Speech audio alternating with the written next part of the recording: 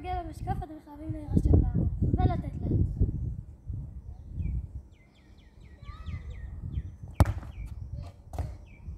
אל תעשו.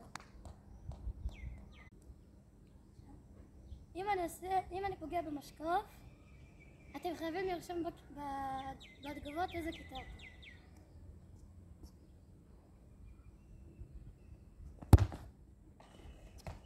אם אני פוגע במשקוף, כולכם חייבים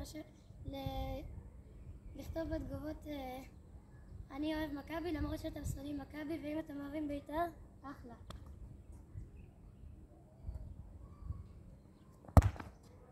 עכשיו, רשמתם? אם אני פוגע במשקוף, אתם חייבים לעשות בתגובות לב ירוק ולב לבן ביחד, 4 פעמים.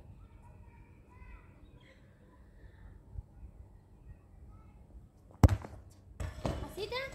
אם אני פוגע במשקוף, זה פעם אחרונה. אם אני פוגע במשקוף, אתם חייבים לרשום בתגובות איזה גיל אתם.